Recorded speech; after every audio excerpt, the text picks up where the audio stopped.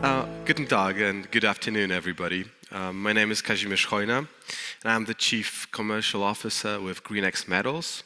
And up until recently, I also served as the General Counsel for this company. It is my third time here in Munich, and GreenX Metals used to be known as Prairie Mining, and we used to come here, so it's for the company, it's the fifth time here in Munich. And we really like Germany. We really like Germany because we hope that we've gained the respect of the shareholders.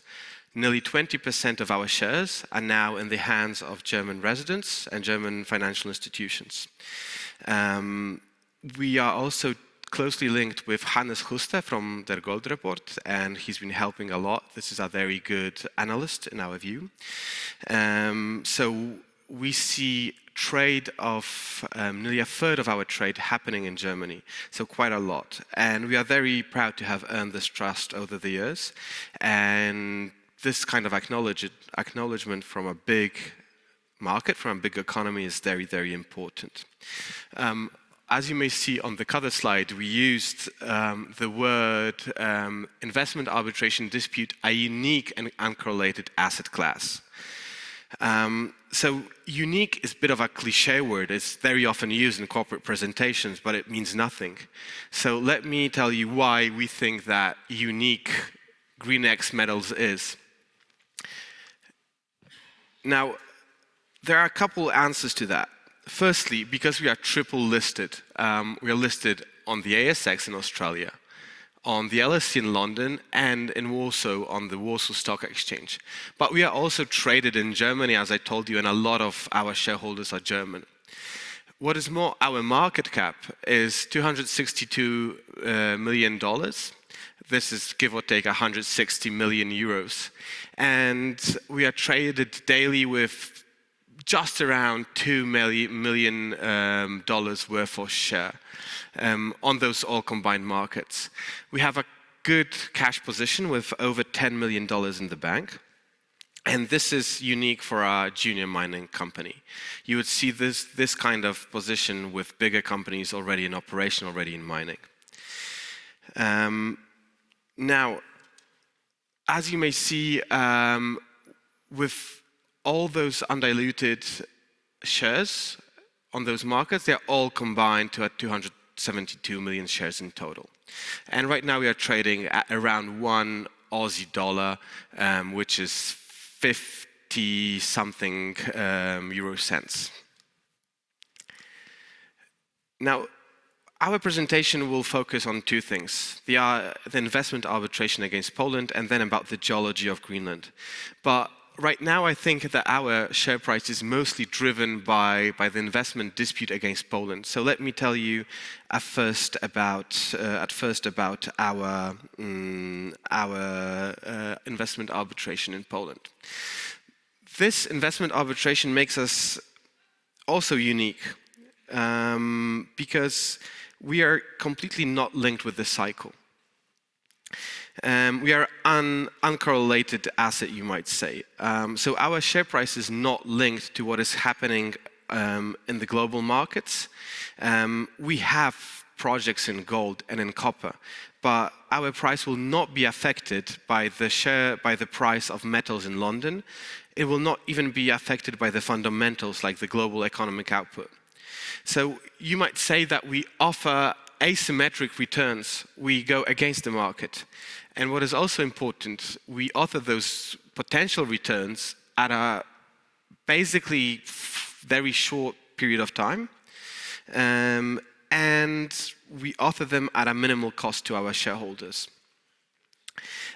So what does this mean in practice? We are right now in the very finish of this 707 million pounds claim against Poland. This is 4 billion Polish zloty, or just around 1 billion euro. We started this process back in 2020, and we've started it because Poland, the Republic of Poland, expropriated us from 2 coking coal projects in Poland. There, the company named formerly Prairie Mining invested in 2 locations in Poland. And as we were investing millions of dollars into the ground, into exploration, into drilling, into preparing the sites, into building a new railroad, into building new power lines, the government of Poland came in and took away those projects. Funny enough, right now, in the area called Lublin deposit in the eastern part of Poland, quite closely to Ukraine, where we had our boreholes, where our drilling operation was carried out, right now, a state-owned company named Bogdanka is in operation. They are in the very same deposit that we explored. So that was the basis for us starting this investment dispute against Poland. And following those unfortunate events, sometime in the second half of 2020, we formally started an investment dispute. Those proceedings are carried under the United Nations rules and under the protection of the United Nations. The set of rules is called the UNCITRAL, and the grounds of those claims are the Energy Charter Treaty and the Polish-Australia Bilateral Investment Treaty. So those are international proceedings. They are absolutely out of reach of Polish courts. This is an international proceeding about this claim worth about €1 billion. To make this happen, we engaged 2 experienced and very successful international law firms, LALIVE from Switzerland and BSF from USA. They were supported by independent experts in mine construction, experts in selling coal, in coal trade, valuation experts that put a stamp on the valuation. They were independent experts, and several lawyers from Poland, from the USA, from Australia, from different parts of the world. And I personally had the pleasure of coordinating the workflow of this esteemed group. In total, about 50 people, different parts of the world, different sectors. We spent over $10 million on the process. And a question to be asked is, how have you financed $10 million worth of litigation against a sovereign state? And this also makes our investment quite unique. We were financed by a company called Litigation Capital Management, which is a leading international provider of capital for litigation. It is called also the third-party funding. So this LCM, Litigation Capital Management, they provided a limited recourse facility that allowed us to fund all our legal expenses and all expenses relating to the claim. So the whole litigation, it hasn't cost a single cent to the shareholder, to the company. It was all externally financed. And under the agreement with LCM, we are only to pay back the money in terms of a successful event. A successful event is an award granting you money, granting you compensation, or a settlement with the state. So put in simple terms, no money, no payback. It is also worth explaining who LCM is. So as I said, they specialize in financing litigation. They've been on the market since 1998. They are listed on the London Stock Exchange, and they have funded over 240 disputes, and they won around 230. So they have this impressive success rate of 96%. And the reason for their success is very in-depth, very precise due diligence. They do not only look at the merits of the case, so what happened to you, why do you think you've been expropriated? They also look at the quality of the claim, at the quality of the documents, but most of all at the enforcement of money, because one thing is winning, another thing is getting that money back into the bank account. So we've been, for now, nearly 4 years in business with LCM, and we're about to finish this journey. As I've said, we started in 2020 by noticing our dispute to the Polish government. That was followed by appointment of 3 judges, of 3 arbitrators, independent arbitrators, that will decide on the case. Next, we've lodged 2 rounds of written reports, 2 rounds of written submissions. And those documents, they are very serious documents. They are thousands of pages long. They come along with hundreds of evidence. They come along with independent reports on mining, on the quality of coal, on the quality of the local transportation, but also on the ability to finance your investment back in the day. After this exchange on the written submissions, we had 2-week-long hearings in London. It's a non-stop hearing in London, and those ended in November of last year. We finally, in February, we've put up our final post-hearing brief, the last piece of evidence, and now we are at this very last stage, waiting for the tribunal to issue the award.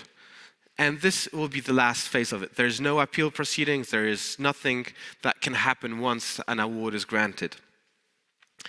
The big question is when we will receive it. Yeah, no one knows. No one knows. Maybe the tribunal, maybe the president of the tribunal knows.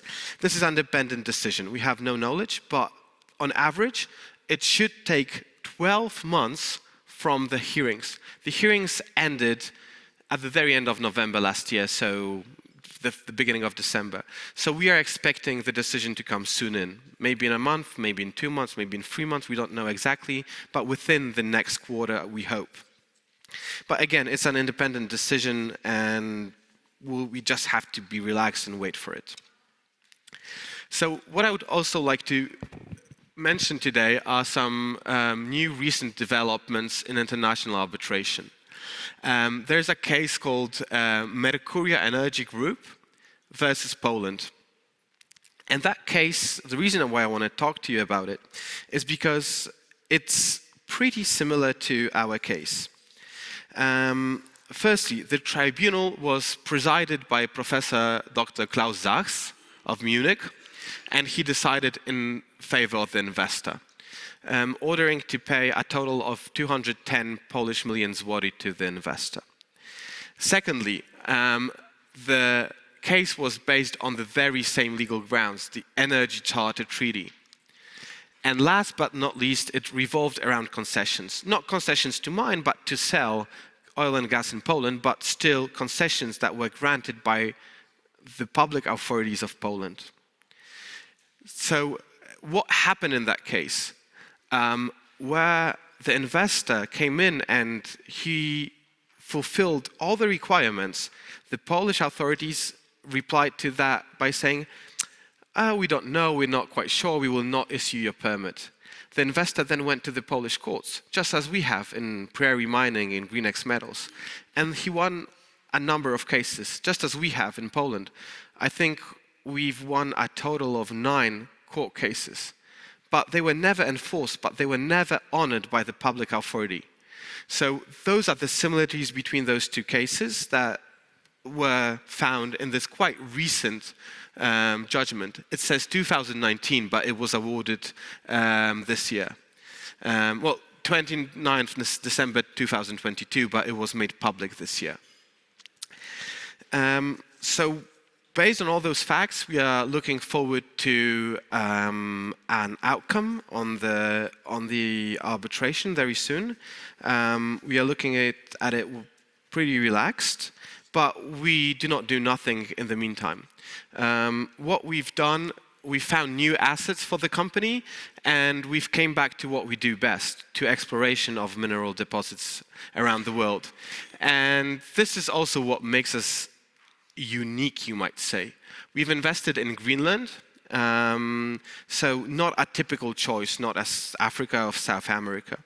And the reason for that is, unlike in Poland, very good pro-mining policy and very transparent regulations. It is also a very, very prospective land with several minerals available, but it is still very underexplored. But we are not there alone. We are in good company. You can see that Rio Tinto invested in Greenland. Glencore with Trafigura invested just by our ARC project. And there are also investments by Blue Jay Mining, which is owned by Jeff Bezos and Bloomberg and Bill Gates. Speaking of good company, we are building a strong team out there in Greenland, and today I'm joined by a new friend of ours, Joel Birken. We've been working with Joel for quite some time in Greenland, but he's become a permanent member of GreenX just most recently. He spent several months out in Greenland and has the best knowledge about geology of this part of the world. So I would like to invite him to say only a few words about ARC and Elon North, our two flagship projects out there in Greenland. Joel, there you go.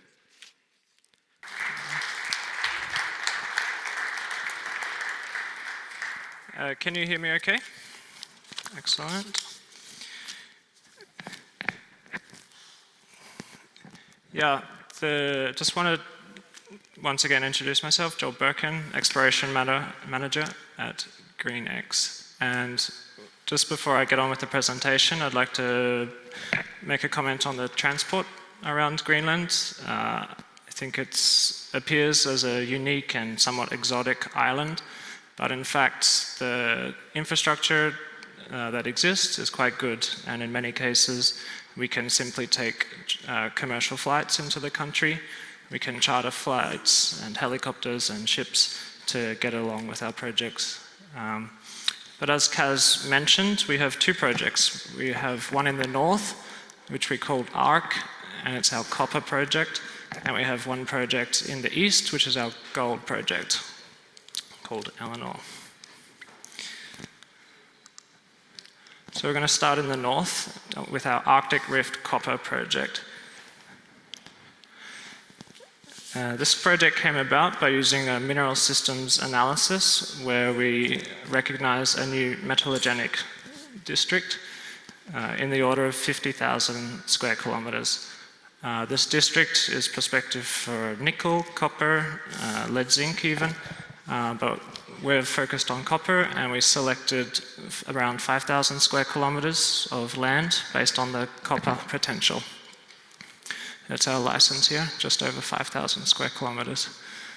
I'd like to direct your attention to this pink oval. It's around 50 square kilometers, and this is an area that we are looking for copper. In the west, we have our nickel prospects, but right now we're very much focused on copper. So in that pink oval, it's the focal point of geochemical, geophysical, structural alteration, and copper anomalies. Anomalies like this 1 kilogram nugget of pure native copper. This native copper, it's a little bit dirty on the outside, but if you clean it up, you can find pure copper underneath. Over at our table, we have a sample like this, and I'll invite you to come and have a look after. But so in this area, we're vectoring into some very interesting rock where we're pretty excited about the copper potential. This copper comes with silver credit, and it's very similar to the deposits in the historical Kaniwa district of Michigan. Over there, for about 5,000 years ago, Native Americans were finding lumps of copper like this and making tools with them. More recently, for about 100 years before World War II, they were mining native copper on a commercial basis. And even more recently, geologists have been walking down this valley and finding the copper laying around. I'm so sorry to interrupt, but time is up already. Okay, thank you so much. No worries.